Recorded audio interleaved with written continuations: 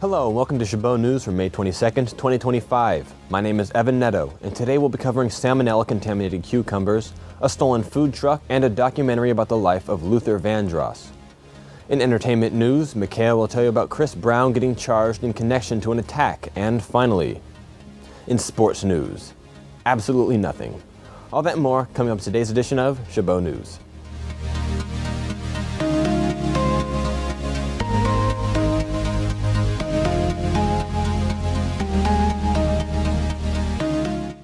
Craft Pizzeria offers more than handcrafted pizzas. It's part of a comprehensive entertainment experience. Guests can enjoy a 4,000 square foot laser tag arena and a vibrant arcade as part of Sector 19, and a buzzing sports bar with 85-inch TVs in the restaurant. The menu features wings, calzones, sandwiches, salads, and customizable pizzas, including gluten-free and halal options made fresh daily. Locally owned and open from 10:30 a.m. to 3:30 a.m. even on holidays.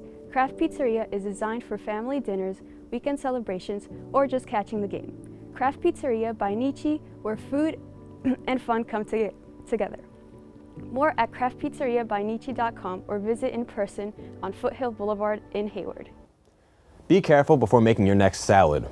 Cucumbers from Bedner Growers Inc. are being recalled by the Food and Drug Administration for possible salmonella contamination.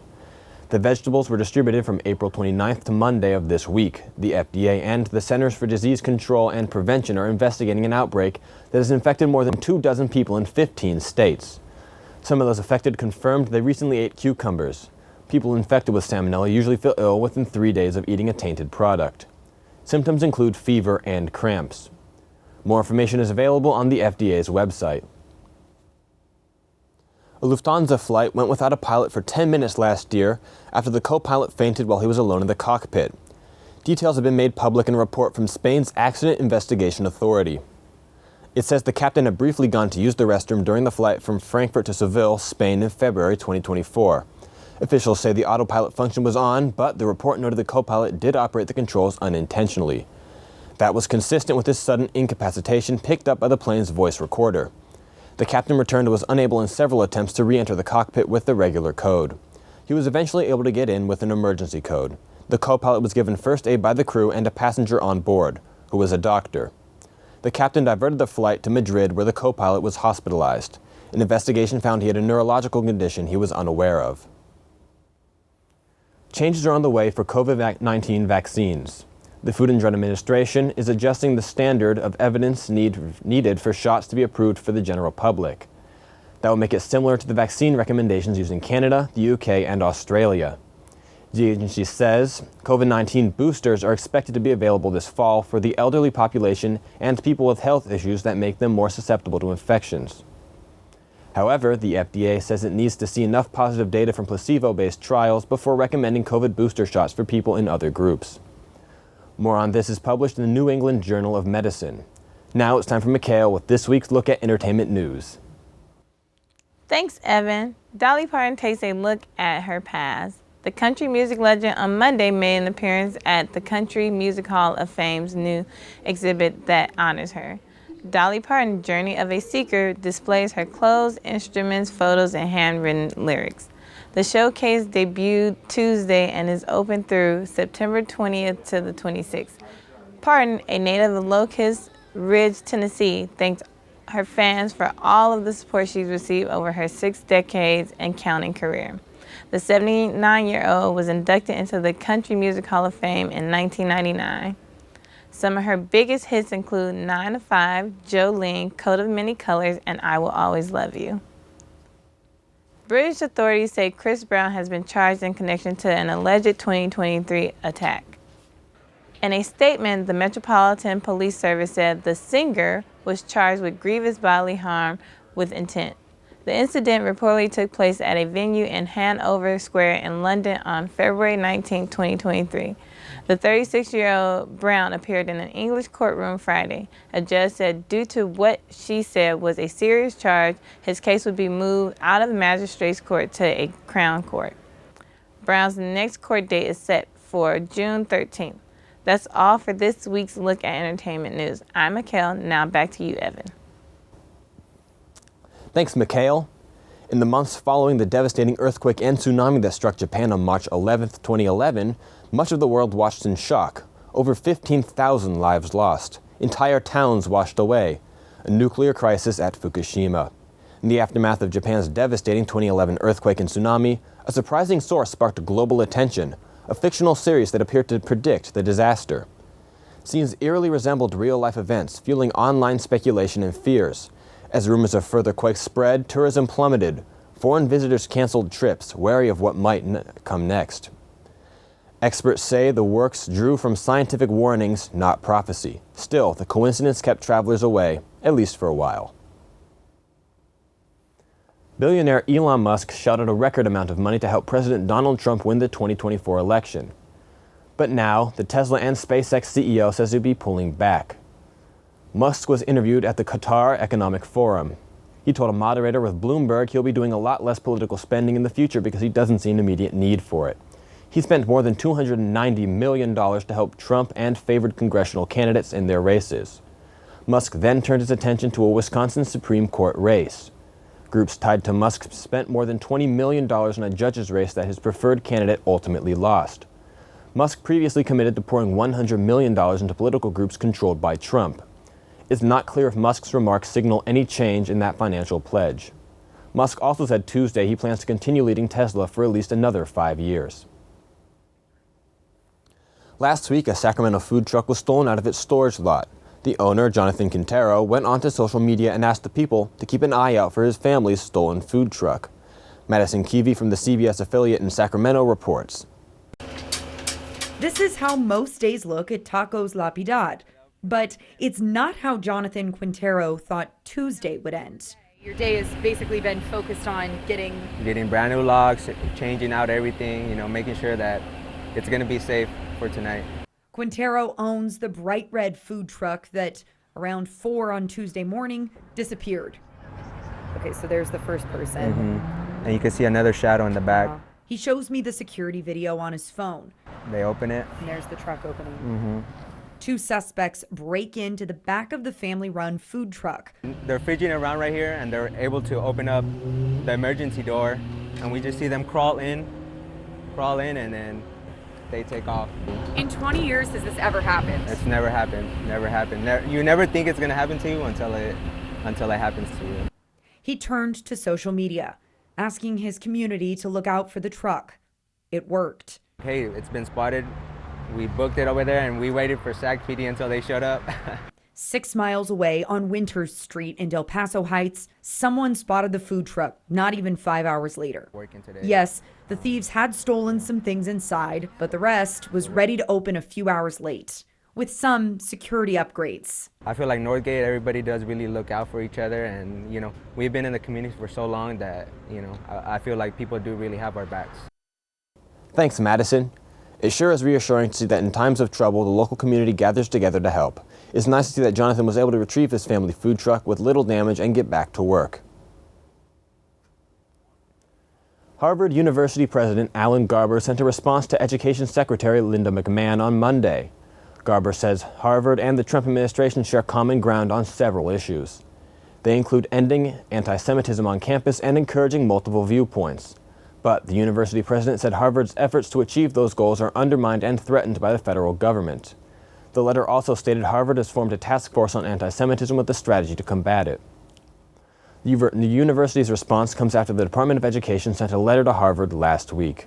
It stated the university is not eligible for grants from the federal government due to consistent violations of its legal duties. In April, Harvard sued the Trump administration over its federal funding. With the start of hurricane season approaching June 1st, dark clouds are hovering over the Federal Emergency Management Agency. FEMA officials say they aren't prepared for upcoming storms and the damage they will bring. That's according to an internal agency review obtained by CNN. The document says the agency is struggling with minimal coordination with states and new red tape that it says will slow emergency responses. It also notes low morale and agency mission uncertainty. The Trump administration has repeatedly called FEMA ineffective and unnecessary. Homeland Security Secretary Kristi Noem's agency oversees FEMA. She has previously said she wants to eliminate it. FEMA lost about 30% of its full-time staff since the start of the Trump administration due to layoffs and employee buyouts. A food staple in many U.S. households could pose a potential health threat. More than 100 brands of store-bought rice contain significantly increased levels of arsenic and cadmium. That's what the Healthy Babies, Bright Futures organization found and detailed in a report just released. The group says both chemicals are linked to medical issues including diabetes and heart disease. The findings reveal in rice brought in stores nationwide, a quarter of the samples exceeded levels of inorganic arsenic allowed by the Food and Drug Administration for an infant rice cereal. While arsenic is a natural element found in soil, water, and air, the inorganic form is the most toxic. The USA Rice Federation responded with a statement to say rice grown in the U.S. has the lowest levels of inorganic arsenic in the world. The group says it does not agree that there is a public health safety issue. As for how to lessen arsenic when cooking, researchers say to use at least 6 cups of water per 1 cup of rice. Soaking rice for a minimum of 30 minutes before cooking can also help. We sent our reporter Chris Dorr out to hear people's thoughts on rice containing chemicals that could cause health problems. For me, I personally believe that it depends on the balance. You know, if a person eats like rice 24/7, then you gotta cut that thing out. But, also looked up that like if you rinse the rice too, it helps. So making sure you rinse the rice, make sure you clean it. That's the proper care for having to make sure you take care of your diet too. I mean, everything has chemicals in it, so it just balances well. Yeah, it's really terrible. I'm just gonna have to wash my rice more, but I'm kind of surprised at that information. Yeah, I think that rice should probably get better in its production, probably make sure that it's safe to eat for everyone, and I love rice. Thanks, Chris. And now it's time to go to Julian for this week's Top 5 list. Thanks, Evan. For this week's Top 5, I'm doing the totally original and not basically the same Top 5 that Christian did earlier this semester. We're doing Top 5 rides at Disney's California Adventure. So now it's totally different. At number 5, we have Grizzly River Run. This thrilling river ride is the best to beat the Southern California heat. But although this ride is one of my personal favorites, it's not higher on the list due to it only being fun when it's hot out. At number 4, we have Mater's Junkyard Jamboree. As a lifelong Cars movie fan, being able to ride with the tractors from the movie was a dream come true. My only complaint is that the ride is a bit too short. In third, I have Soarin' Around the World. Formerly known as Soarin' Over California, this ride takes you on a breathtaking aerial flight over some of the most beautiful places on Earth. Between the sights, smells, and music, this ride is deserving of a podium. In second place, I have Radiator Springs Racers. This ride is one of my personal favorites. You start as a normal car going through the world of cars and end in a thrilling race against other ride goers. Finally, in first place is the Incredicoaster. Formerly known as California Screamin', this roller coaster is, in my opinion, the most thrilling ride in both of the California parks. From the loops to the beautiful views of Pixar Pier, this ride is my overall number 1. I also highly recommend to go on this ride at night. That's all for Top 5 this week. I'm Julian, and now back to you, Evan. Thanks, Julian. In good news, the documentary film Luther, Never Too Much, uncovering the life of the late singer Luther Vandross, is still being talked about among fans. Never Too Much, which debuted at Sundance Film Festival, initially had a theatrical release before premiering on CNN at the beginning of the year. Jasmine Bester viewed the film at the Grand Lake Theater in Oakland. Jasmine, show us more. The Grand Lake Theater had viewings of the Luther Vandross documentary in November of 2024. The film showcased the humble beginnings of the singer as well as the negativity he faced. Luther Vandross began as a background singer to musicians such as Roberta Flack, Bette Midler, David Bowie, and Chaka Khan. He sang in the group called Change, wrote commercial jingles, and also performed on the very first episode of Sesame Street. Luther released his debut single, Never Too Much, and became known as one of the best voices in show business. But there was also a downside to his career. The media constantly speculated about his love life and made insensitive comments about his size. With all the scrutiny from the public, he didn't allow that to stop him. Luther Vandross received 8 Grammys and sold over 40 million albums worldwide.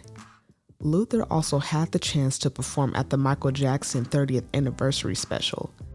Speaking of Michael Jackson, as the Broadway version of The Wiz embarks on its 50th anniversary, it's important to note that The Wiz, as well as the 1978 film version, included a song titled Brand New Day, penned by Luther himself. Later on in his life, Luther had a heart attack and unfortunately passed away. The documentary was amazing, and its success is no surprise. Thanks, Jasmine. The film has since been released on HBO Max and the Oprah Winfrey Network due to its success. That's all for Chabot News this week. Thanks to all the students and staff in the Mass Communications Department here at Chabot College for making this production possible. You can watch us anytime online at youtube.com/ChabotTV. Stay tuned to KCTH Channel 27 on Comcast for more Chabot TV.